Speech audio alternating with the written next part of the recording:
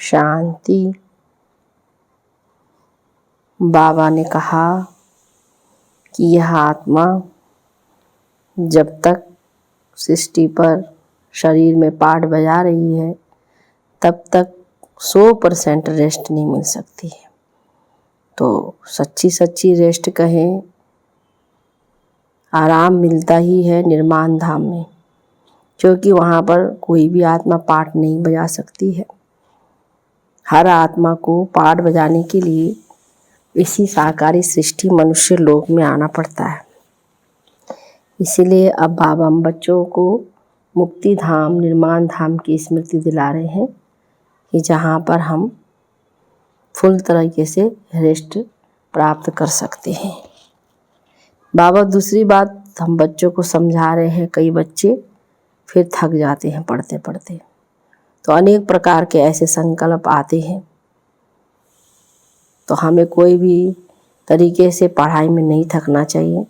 जो इस तरह के संकल्प और विचार आए, इसके लिए हम बच्चों को बाबा की हमेशा श्रीमत ध्यान देना है कि बाबा की श्रीमत से हमारा कितना कल्याण है। सुनते हैं 21 सितंबर 2023 बाप दादा के साकारनामा की। बाबा बोले, मीठे बच्चे, जब तक आत्मा में पार्ट है तब तक उसे 100% रेस्ट मिल नहीं सकती। रेस्ट मिलती है निर्माण धाम में, वहाँ कोई पार्ट नहीं। प्रश्न में जो बच्चे चलते चलते पढ़ाई से थक जाते हैं, उन्हें फिर कौन से संकल्प आते हैं जो विकल्प का रूप ले लेते हैं? उत्तर में पहला, उन्हें पाप को छोड़ देने के अर्थात फारकती देने के संकल्प आते हैं। बाबा कहते, यह संकल्प आना भी विकल्प है। ऐसा संकल्प करना भी पाप है।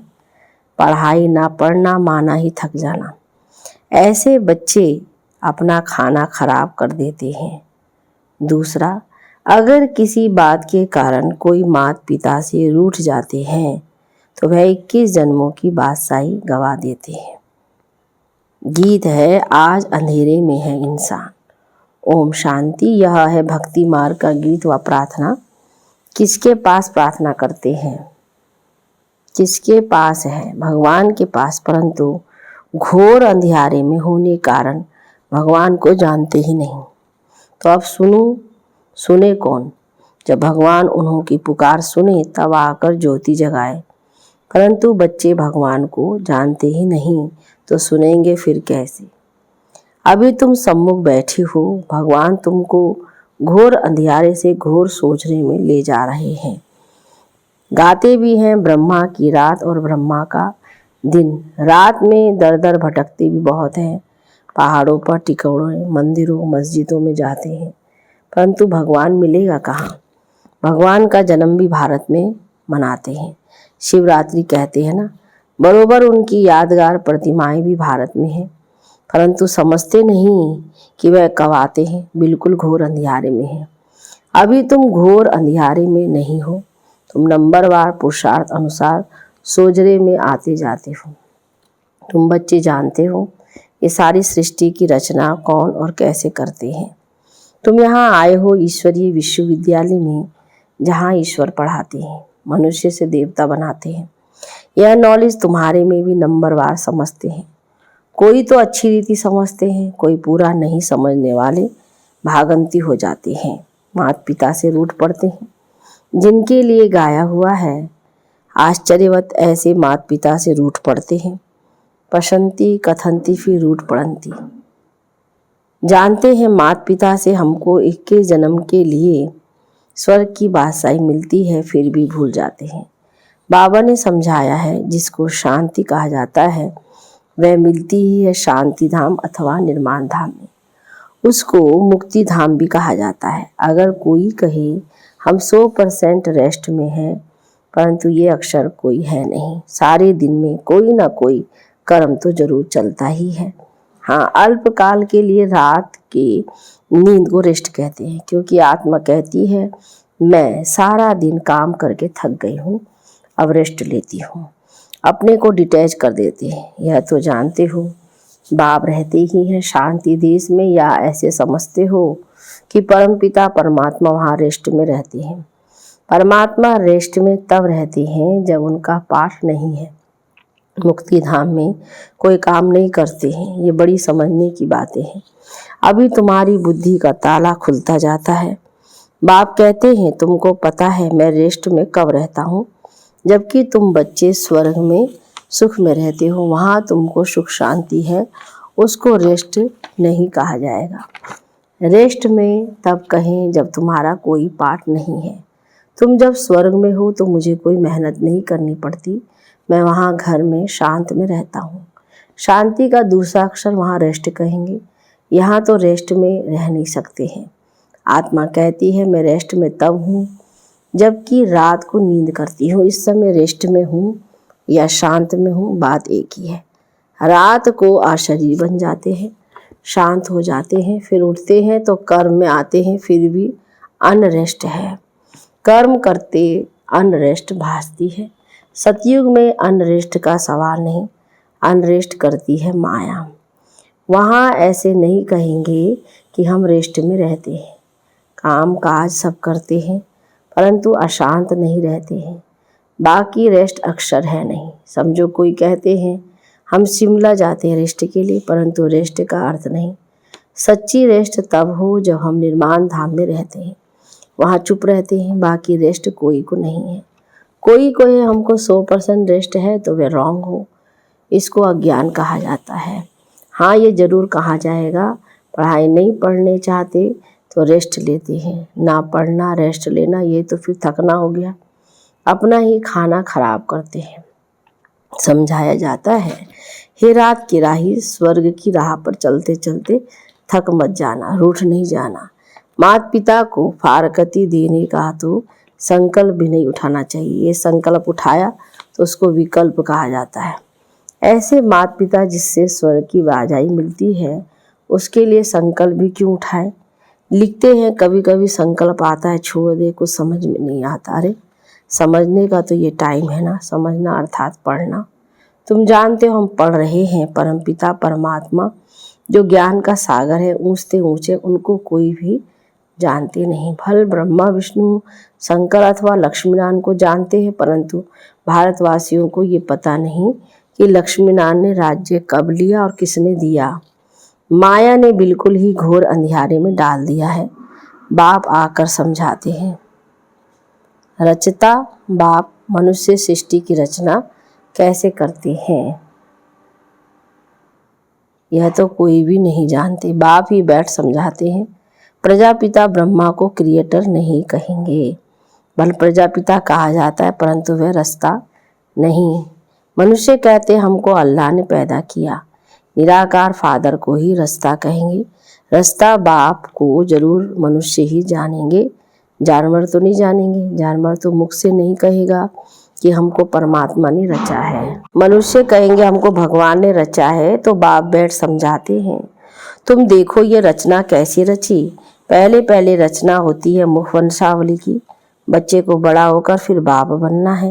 ये बेहद का बाप कहते देखो मैं भी कैसे रचना रचता हूँ, इनमें प्रवेश कर इनको मुख द्वारा कहता हूँ हे आत्मा तुम मेरी हो, मैं तुम्हारा बाप हूँ। फिर इनके द्वारा तुम बच्चों को रचता हूँ। तुम हो मुख वंशावली। अज्ञान काल में भी कहते हैं ना जैसे हैं तैसे हैं मेरे हैं, बाप भी ऐसे कहते हैं। तुम ब्रह्मा के बच्चे बन जाते हो तो अब तुम हो मुख वंशावली, फिर तुम कुख वंशावली भी बनेंगे। बाप कहते तुम मेरे हो, फिर तुम दैवी घराने में जाएंगे। बाप यह ईश्वरीय रचना कैसी रचते हैं ये कोई भी समझ नहीं सकती। बाप समझाते हैं ये ब्रह्मा भी कहते हैं मैं भी मुख वंशावली बनता हूँ। बाप के साथ माँ भी जरूर चाहिए। तुम कहते हो हम प्रजापिता ब्रह्मा की मुख वंशावली हैं। शिव बाबा ने हमको अपना बनाया, उनको शरीर तो चाहिए ना। शिव बाबा को तो शरीर नहीं है, शरीर का लोन लेते हैं, फिर कहते तुम मेरे। इसको कहा जाता है मुख वंशावली। शिव बाबा इस मुख से इस वन्नी स्त्री द्वारा कहते हैं तुम मेरे बच्चे हो। बाप ही समझाते और कोई शास्त्रों आदि में ये बातें है नहीं। तुम अभी सुनते हो फिर प्रायालोप हो जाएगा। इस समय है घोर अंधियारा, बाप आकर रोशनी करते हैं। तब तो ब्रह्मा की रात ब्रह्मा का दिन गाया हुआ है। कुछ तो है ना, गाया हुआ है झूठ ते झूठ, सच की रत्ती नहीं।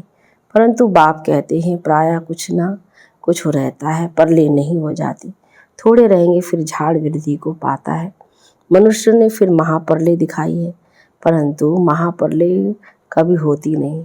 ऐसे नहीं होता जो सागर में बच्चा पीपल के पत्ते पर आए। ये सब गपोड़े हैं, बाप ने समझाया है। तुम जब गर्भ महल में आते हो तो वहाँ आनंद में रहते हो, वहाँ दुख पाप कर्म होता नहीं। ये है ही पुण्य आत्माओं की दुनिया, ये है पाप आत्माओं की दुनिया। यहाँ सब कुछ त्याग कर तुम सदा पुण्य आत्मा बनते हो। तुम इतना पुण्य करते हो जो आधा कल्प तुमको कोई पाप आत्मा नहीं कहेंगे। तुम अविनाशी पुण्य आत्मा बन जाते हो, यहाँ फिर आधा कल्प पाप आत्मा कहेंगे। घड़ी घड़ी दान पुण्य करते रहते हैं। भारत को कंप्लीट धर्मात्मा कहा जाता है। भारत में दान पुण्य करते हैं। तुम जानते ये दुनिया हम छोड़ने वाले हैं, फिर आना नहीं है। इस दुनिया की सामग्री तुम ट्रांसफ़र करते हो नई दुनिया के लिए। मनुष्य ईश्वर अर्पणमय करते हैं, अर्थात ट्रांसफ़र करते हैं दूसरे जन्म के लिए। यहाँ तुम ट्रांसफ़र करते हो 21 जन्मों के लिए, तो बहुत चाहिए ना।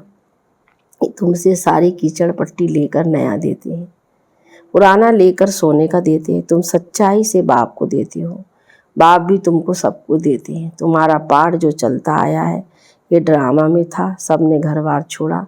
नहीं तो गौशाला कैसे बने मनुष्य तो नहीं जानते, भट्टी कैसे बनती है वह भी दिखाते हैं। बिल्ली के पुंगरे आदि थे। यह सब ज्ञान तुम बच्चों को अभी है, फिर वहाँ ये ज्ञान नहीं रहेगा। तुम ऐसे 21 जन्म राज्य करेंगे फिर गिरेंगे, वहाँ ये ज्ञान नहीं रहता। त्रिकालदर्शी पने का पाठ तुम्हारे में भी अभी रहता है। मुख्य हीरो हीरोइन का पाठ तुम्हारा ही है और कोई का पाठ नहीं। असुर से देवता, फिर देवता से असुर, तुम भारतवासी ही बनते हो। बाकी तो है बीच के बाई प्लाट्स। नाटक में बीच में फिर हंसी कुड़ी का खेल भी करते हैं ना। आधा कल बाद देवी देवता धर्म प्रायालोप हो जाता है। तुम्हारी बुद्धि में ये सारा चक्र फिरता रहता है। तब तो तुम समझाते हो ना, परमपिता परमात्मा भी परम आत्मा है, परम धाम में रहने वाला। बाप कहते हैं मेरे में सारा ज्ञान है। मैं मनुष्य सृष्टि का बीज रूप चैतन्य हूँ। वह तो जड़ बीज होते हैं, शिव तो चेतन है, उनकी प्रतिमा पूजी जाती है। आजकल गवर्नमेंट झाड़ों की सैपलिंग लगाती है, तो यह है चैतन्य बीज, मनुष्य सृष्टि रूपी झाड़ का बीज कहते हैं। मुझे सारे झाड़ की नॉलेज है, तो जब कोई कहते हैं 100% रेस्ट में है, तो समझाना चाहिए कि 100% रेस्ट तो कभी मिलती नहीं। हाँ, ऐसे कहेंगे स्वर्ग में 100% पवित्रता सुख शांति रहती है, नाम ही है स्वर्ग। बाप को कहते हैं सत्य श्री अकाल, सच बोलने वाला कोई, उनको कोई काल नहीं खाता, उनको कहा जाता है कालों का काल। बाप कहते हैं ये छी दुनिया है, इस भंबोर को आग जरूर लगनी है। तुम बच्चे जानते हो ये महाभारत लड़ाई महाकल्याणकारी है। बाबा कहते हैं मनुष्य यज्ञ करते हैं कि शांति हो जाए, गोया समझते हैं स्वर्ग के गेट्स ना खुले। तुम तो ताली बजाते हो भंबोर को आग लगे तो हम नई दुनिया वैकुंठ में जाए। ये विनाश ज्वाला इस रुद्र ज्ञान यज्ञ से ही प्रज्वलित हुई है। जो बाप के बनेंगे वही स्वर्ग के मालिक बनेंगे, बाकी सबको हिसाब किताब चुकतू कर वापिस जाना है। तुम जानते हो अब वापिस मुक्ति धाम में जाकर फिर अपना पाठ रिपीट करना है। सतयुग में ये इतने सब देवी देवता कहाँ से आए? मनुष्य से देवता किए करत न लागी वार। तुम कौड़ी से हीरे जैसा पतित से पावन बनाते हैं। जितना जो नॉलेज धारण करेंगे उतना पद पाएंगे।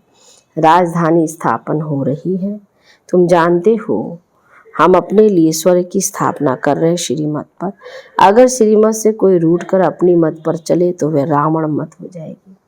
इसीलिए कदम कदम पर तुम श्रीमत लेते रहो। बाप जीते जी तुमको ट्रस्टी बनाते हैं। अच्छा, मीठे मीठे सिकिल दे बच्चों प्रति माता पिता बाप दादा का याद प्यार और गुड मॉर्निंग। रूहानी बाप की रूहानी बच्चों को नमस्ते, रूहानी बच्चों की रूहानी बाप दादा को गुड मॉर्निंग, नमस्ते बाबा नमस्ते। धारणा के लिए मुख्य सार में पहली पॉइंट, कंप्लीट दानी बनना है। सच्चाई से सब बाप को अर्पण कर नई दुनिया के लिए ट्रांसफ़र कर देना है। दूसरी में, जीते जी ट्रस्टी बनना है। कदम कदम पर बाप से श्रीमत लेनी है। कभी भी श्रीमत से रूठ मनमत पर नहीं चलना है। वरदान में, कंबाइंड रूपधारी बन सेवा में खुदाई जादू का अनुभव करने वाले। बाबा ने कहा खुदाई खिदमतगार भाव विस्तार। स्वयं को सिर्फ सेवाधारी नहीं लेकिन ईश्वरीय सेवाधारी समझकर सेवा करो। इस स्मृति से याद और सेवा स्वतः कंबाइंड हो जाएगी। जब खुदा को खिदमत से जुदा कर देते हो तो अकेले होने के कारण सफलता की मंजिल दूर दिखाई देती है। इसलिए सिर्फ खिदमतगार नहीं लेकिन खुदाई खिदमतगार हूँ ये नाम सदा याद रहे तो सेवा में स्वतः खुदाई जादू भर जाएगा और असंभव ही संभव हो जाएगा। स्लोगन में, कर्म योगी बनना है तो कमल आसन यानी न्यारे और प्यारे रहो। ओम शांति।